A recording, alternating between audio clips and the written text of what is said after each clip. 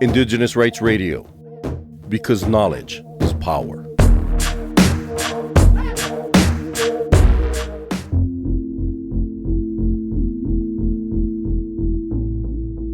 UNESCO is undertaking a global study on indigenous media to analyze challenges and opportunities for its advancement. The study, based on the global survey and the media monitoring, will provide recommendations for implementing Article 16 of the UN Declaration on the Rights of Indigenous Peoples and supports indigenous peoples' right to establish their own media. During a 2-day expert meeting and media partnership forum on indigenous peoples and the media held at UNESCO's headquarters in Paris, Cultural Survival spoke with an advisor of communication and information of UNESCO, who was one of the key persons in conducting of this global study, and asked her how this study supports indigenous media and indigenous communities worldwide. I'm Irmgarda Kasinskaite-Buddeberg. I'm advisor for communication and information at UNESCO, working at headquarters in Paris. And yesterday and today we were meeting for expert meeting and media partnership meeting here in Paris, where we brought together a number of leaders from indigenous media regulators, public service broadcasters, and colleagues from UNESCO and other international organizations together to discuss how the Article 16 of United Nations Declaration on Indigenous Peoples' Rights could be implemented. What are the recommendations, what we could put forward for the implementation of the action plan?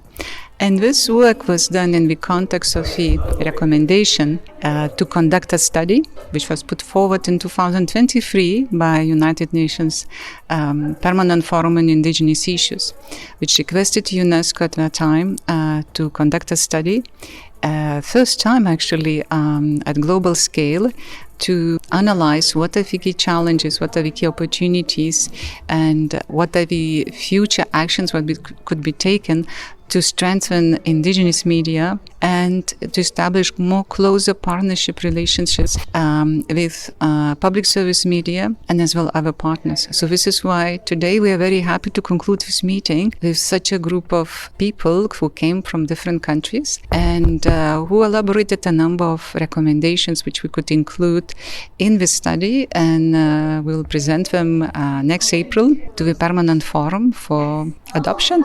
We began our work last year when we've learned what the Permanent Forum requested UNESCO to conduct a study. So we established a working group last year, including a special rapporteur, a number of international media organizations, including those which are run by indigenous media experts themselves, university network, and many other partners who were involved in discussions how the methodology should be established, which way to take forward. As this is a global study, we needed to adjust certain strategies how to collect data, and the working group was extremely instrumental in helping us, I would say, to put a robust methodology. So we began with global literature review, which we conducted together with University of Griffith from Australia, and we identified significant gaps in academic literature, in policy, regulation frameworks that concerns indigenous media, and it became very clear that there are a number of very, I would say, small-scale, fragmented research projects which are implemented. We are very significant for understanding better how the indigenous communities communicate, what are the processes in place, how the media is established, what are the internal tribal structures, legal instruments or frameworks. And one of the conclusions was that we need a global survey which would bring together more voices, would provide opportunities for indigenous media and mainstream media to express their views. And we launched earlier this year a global survey where, based on the literary review analysis, we put forward a very, very solid and I would say very comprehensive survey instrument. And we are very happy that today we have more than 70 countries, media, indigenous media, reporting and replying. And we have over 40 countries where the public service media in particular provided very responses. Based on that, we as well, for this study, we are conducting a media monitoring. And in order to do this in a methodologically appealing way, we design as well a way of a model how to actually carry out this media monitoring. So it is an important part of our experimental, what I would call it, work to identify, to analyze and to understand better what is the mainstream media, what are the issues what are covered, what are the challenges, and what are the thematic areas probably maybe not reflected well enough. And we see it very clearly what, for instance, one article published on climate change and traditional knowledge, issues related to violence against indigenous girls, could be republished by hundreds of other media outlets. That means that if one article, we can reach a huge audience thanks to the digital technology today. And obviously today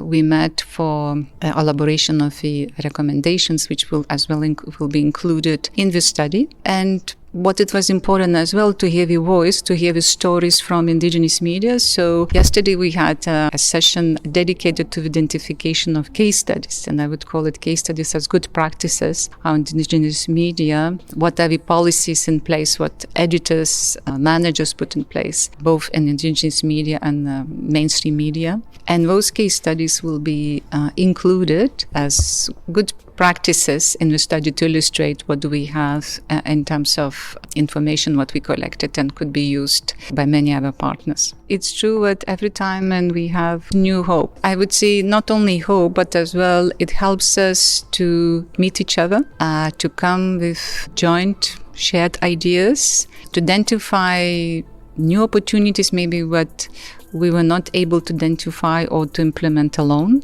And to meet the expectations means working together. Your expectations are my expectations, and my expectations are expectations of many other ones. So obviously, international organization like UNESCO, we are committed to promote freedom of expression and access to information for indigenous people. So we have to work together in order to meet expectations. This study aims to raise awareness, first of all, about the issues, what we identified during those 2 years what we are working on the study. And that's probably the first important evidence to the governments that indigenous media is an important actor in media landscape. We would like to see what there are measures taken to strengthen indigenous media around the world, and it benefits everyone. So this is first step, and governments, of course, will make appropriate decisions and take appropriate measures based on evidence what the study will provide. So it is a first step. We cannot expect things will happen quickly or rapidly, but giving conclusions, providing recommendations how the Article 16 could be implemented, we would expect that there would be some follow-up actions taken.